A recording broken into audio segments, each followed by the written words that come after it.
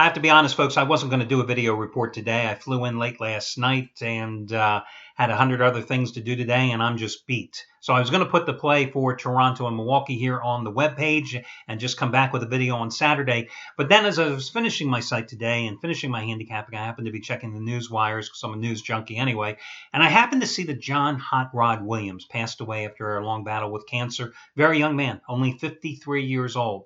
Many of you will remember John Hot Rod Williams for one of two reasons. One, that he was a great sixth man in the NBA for many years with the Cleveland Cavaliers. The other, he was part of that alleged point shaving scandal at Tulane University back in the 80s.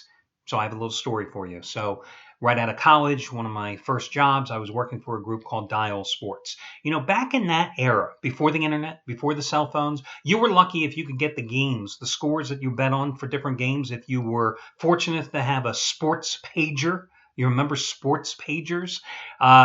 If you were rich, you could have one of those 9-foot wide satellite dishes in your backyard and get a few games. Yeah, there was ESPN, but, there wasn't the plethora of games that you'll find every single weeknight nowadays, back in 1985. So it led to the existence of companies like Dial Sports. I manned their national desk, which was sponsored by Budweiser beer. I can still hear that damn jingle the first 8 seconds of every report with, Arthur Pryshock or something like that. It was this big, deep voice, bring out your best. And then Budweiser at the end. I can still hear that thing after hearing it nonstop day after day for 2 years.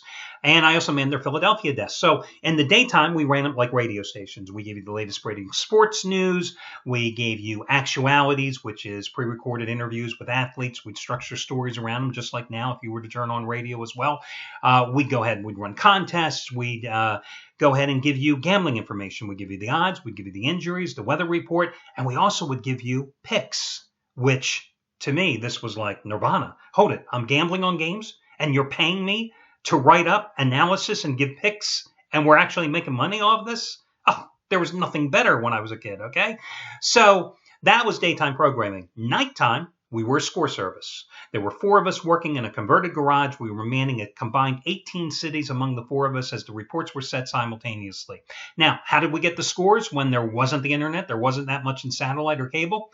We'd have courtside numbers for every single arena in the country. And we'd call every 8 minutes and we'd swap the scores. We would have a rundown. There would be 4 of us. We'd have a designated group of games. And right before we were giving you on Dial Sports the reports, we were running them down ourselves. We also were all gamblers. So we would take the games that we were gambling on, and those were the games you knew we were going to be calling constantly to get the scores.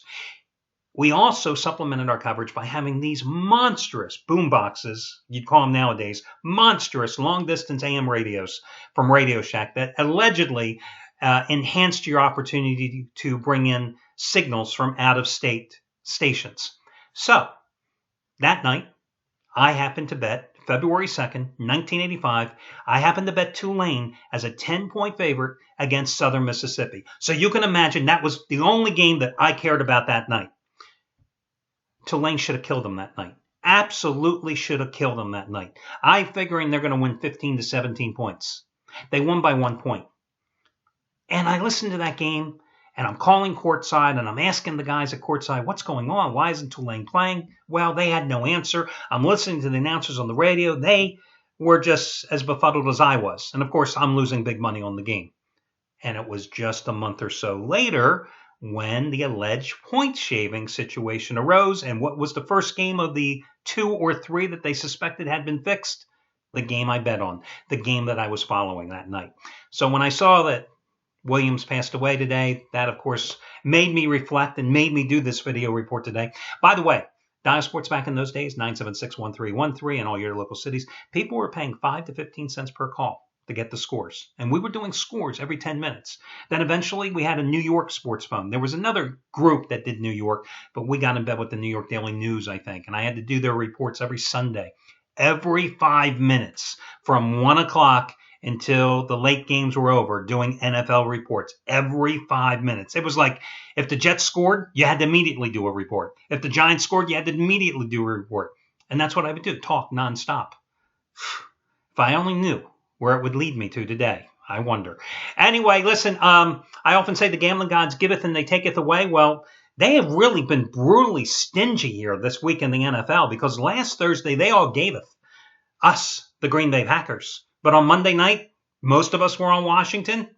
How did that work out? Last night, with the exception of Anthony Redd, all the guys that were on sides, yep, the Arizona Cardinals. I tell you, the damn Cardinals screwed me for the second time in 2 weeks or 3 weeks. I got to stay away from the Arizona Cardinals, or at least I've got to go on them when they're going to they've decided to play well. Because against San Francisco and then last night against Minnesota, no, they certainly didn't do me any favors. And that's why they call it gambling, and that's why, as I've always maintained, there are no guarantees. Listen, a couple of one-day specials here today that expire at midnight. You can save $175 off the purchase price of any handicapper's 60-day package simply by using coupon code SAVE175, S-A-V-E 175, or you can save $125 off the discount package of any 30-day handicapper's package here at the site by using coupon code SAVE125. Now, in case you're wondering why a 30-day package you can save $125, but a 60-day package you only save $175, it's this. If you look at the price points of the packages, the longer packages, the 60-day package, is already substantially cheaper than if you had bought 2 30-day packages anyway. There's added discounts already built into the original price, and I'm telling you, you can save $175 off the purchase of any 60-day package, or save $125 off any purchase of any handicapper's 30-day package by using those coupons that I just gave you. I'm not going to repeat them because they're on the homepage as well. Or you can save $50 off the purchase price of any handicapper's 7-day package by using coupon code SAVE50. I would say the premier discounted play today would be Scott Delaney, who has his biggest release of the season going in college basketball, non-conference game of the year, Eastern Washington at Pittsburgh, in one of the Gotham Classic games that nobody really cares about. But again, doesn't matter if anybody cares about the game. Somebody wins, somebody loses. It's a 50-50 proposition betting-wise. He has a 100-dime play on this tonight. He is 96-64-2 with 100-dime wagers in all sports combined over the past 4 years. And this play is twice as strong as his 50-dimer last night on the Vikings and Cardinals under. And remember, with his major wager plays, which we would consider 50-dime plays or higher, in all sports the past 4 years, $10 bettors have made over 31 grand. You get it for over half price off by using coupon code 100DIMES, 100 DIMES. Let me get to your complimentary play. I cashed in again last night with the complimentary play. Of course, naturally, I bet the Arizona Cardinals, and I give you a free winner on the Cardinals and Vikings under. For today's complimentary play, I'm going to go with the Toronto Raptors minus the 7.5 points at home against the Milwaukee Bucks, with full acknowledgement that a couple of days ago I just gave you the Raptors against LA Lakers, pointing out that going into that game, the Raptors' biggest problem this season is that they play well against good teams and they play poorly against bad teams. And what happens? They go into that game against the Lakers 5-5 on the season, straight up against 500 or worse teams, right? And they fail to cover the spread, even though they get the straight up victory. And then 2 nights later, of course, they knock off the San Antonio Spurs as a home dog. So, with full acknowledgement that the Raptors are a wildly inconsistent team that seemingly only get up for the big games and not for the little ones, I'm still going to go with them here tonight against a Milwaukee Bucks team that simply has shown me no chemistry, has shown me no balanced scoring, hasn't shown me anything other than the fact that I think that they blew their chemistry when they went and made the trade for Michael Carter-Williams last year. And now Williams isn't even the starter at point guard, as now Jason Kidd has turned the point guard responsibilities over to O.J. Mayo here of late. This is a Bucks team that's 3-7 against the spread as a road dog this season. This is a Bucks team that has lost 8 straight on the road. They're coming off a loss to the Clippers at home on Wednesday that snapped a brief 2-game winning streak for them. Meanwhile, you got a Toronto team that's won 7 of the last 8 straight up in the series. They've covered 6 of those 8 as well. Even though DeMar Carroll is out right now and the big center, oh God, I can't even think of how to pronounce his last name, so why butcher it? But you know who I'm talking about. I just think Toronto is the way to go here because in the backcourt, with Lowry and DeRozan, who have combined to average like 46 points a game combined over the past 10 games, Milwaukee doesn't play any defense. And again, they're so inconsistent offensively, I got to take Toronto and hope that the Raptors will build off the momentum they should have after pulling the upset of the Spurs the other night and carry it forth in a very winnable game that they should win by 10 or 11 points. But again, this is a free play. I want to put my money on it, and it's the best of the worst. There were no other games that really appealed to me tonight. So again, This is the free play. Take it for its worth, what it's worth, and best of luck to you. And guys, I'll talk to you again on Saturday when we do this one more time.